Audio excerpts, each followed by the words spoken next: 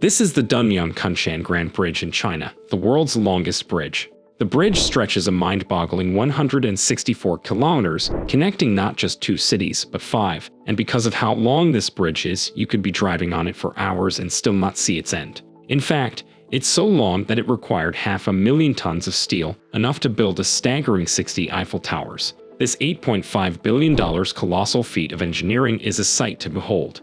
But what drove China to build such an ambitious project? In this video, we're going to answer this question by walking you through all the details of this incredible mega project, from its challenging construction to why China built it. Keep watching until the end because that's when we'll talk about another massive mega project that's connected to this one. So don't miss out. Welcome back to PST Mega Projects. China is known for being a country that doesn't back out from a challenging mega project, and even attempting to build structures that no other country has. We've previously covered how the country built the world's first overwater train, as well as the world's longest highway tunnel.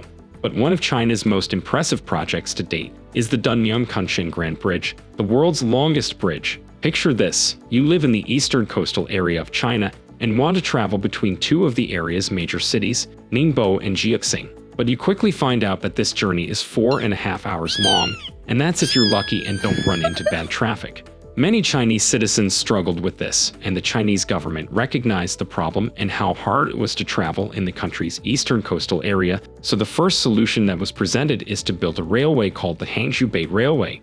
But the region's geography isn't exactly helpful for building railway projects, with its rivers, lakes, canals, and lowland rice paddies. Not only that, but the rivers and lakes in the area amount to over 115 river channels, wider than 20 meters. With this heavy amount of water in the region, constructing a railway would mean building several bridges and causeways, which can take a long time, as well as get very expensive. Additionally, the area's soil is so soft and heavy with silt, which meant that building stable infrastructure, especially for a railway, on it would be extremely hard.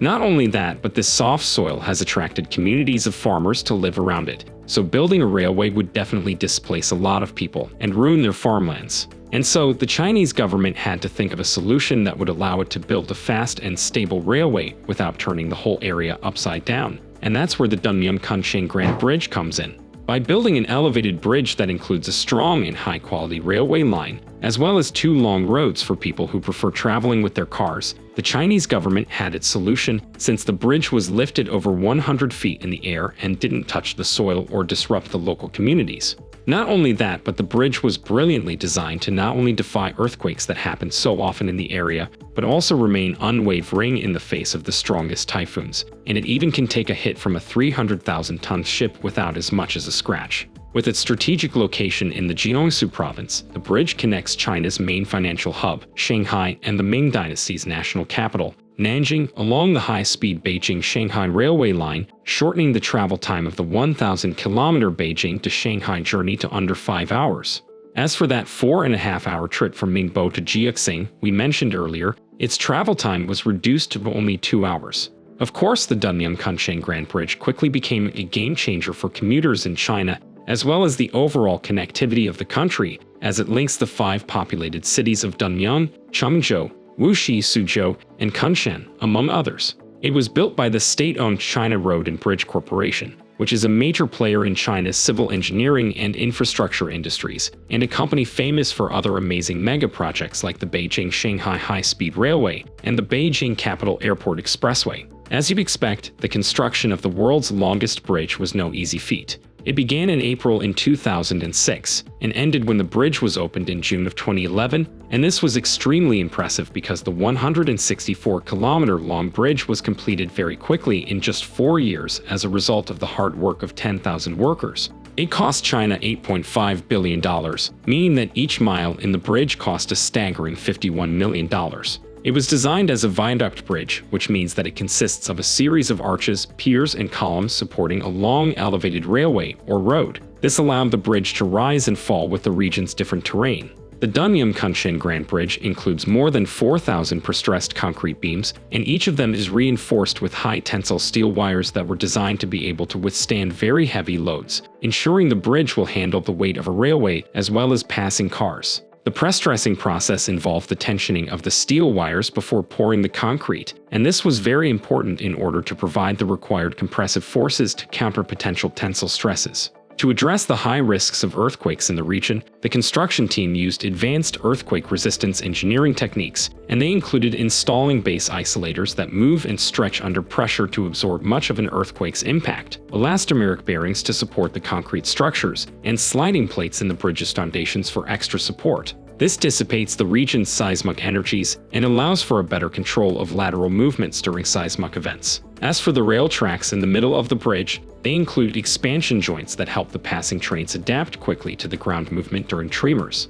Another highlight of the bridge's design is its ability to withstand strong typhoons, and this was made possible by using corrosion-resistant steel that was also used in other Chinese railways, and the steel was also painted by protective coatings to ensure its strength. Not only that, but the bridge's durability was tested by streamlined bridge inspection systems, and also wind tunnel testing to simulate the impact of typhoons and determine how they can be overcome. And to minimize the impact of the construction in the area, the construction team made sure to construct the bridge's elevated sections away from the region and then brought them back when they were completed, and it was time to install them. But it's not just the winds and earthquakes that presented a challenge to the construction, but also the area's Yangtze River Delta's muddy terrain and the surrounding waters. In order to solve the water issue, a blend of bridge designs were used to create the perfect bridge. First of all, the cable stay design, which is a design that has one or more towers from which cables support the bridge deck, and the second design that was used is the beam design, which is a bridge design that consists of a horizontal beam supported at each end by piers.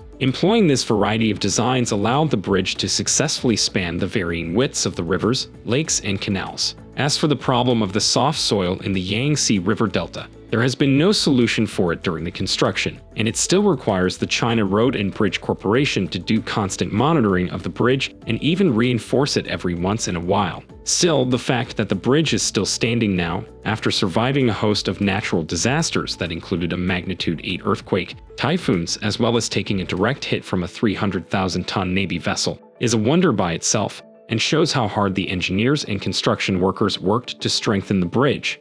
In fact, the bridge's estimated lifespan is over 100 years, so it was all definitely worth it in the end. Not only has the bridge improved the function of public transport for the region, but it has also become a tourist attraction in its own right, with people traveling from around the world to experience the picturesque views from this surprisingly short train ride. So this bridge helped China a lot, but another really impressive thing about it is that it's connected to the world's fourth longest bridge, which is called the Xinjiang Grand Bridge. This bridge is basically a railroad viaduct that comes in at just over 70 miles long and runs between Langfang and Keqiang, carrying part of the Beijing-Shanghai high-speed railway. Construction on this bridge ended in 2010 after 4 years of work, and it was opened with the Xinjiang Grand Bridge in 2011. This may not be the most beautiful bridge, but its structure is very unique. This is because it consists of a series of box girders, each more than 100 feet long, weighing 860 tons apiece. The girders were made in 2 workplaces along the bridge route, brought to where they needed to be installed, and then placed on piers already in place by a special crane. These 2 bridges are connected and include railway systems that increase connectivity in China, as well as the whole region. And with megaprojects like these, China established itself as the global leader when it comes to high-speed rails, and it has been so since the early 2000s. Well, that is everything for now. What do you think? Is this megaproject good for China? Would you take a drive on this bridge? Please let us know in the comments below. And if you haven't, please subscribe and leave a like for this video. Your support helps us continue our work. Thanks again for your support, and I will see you in the next one.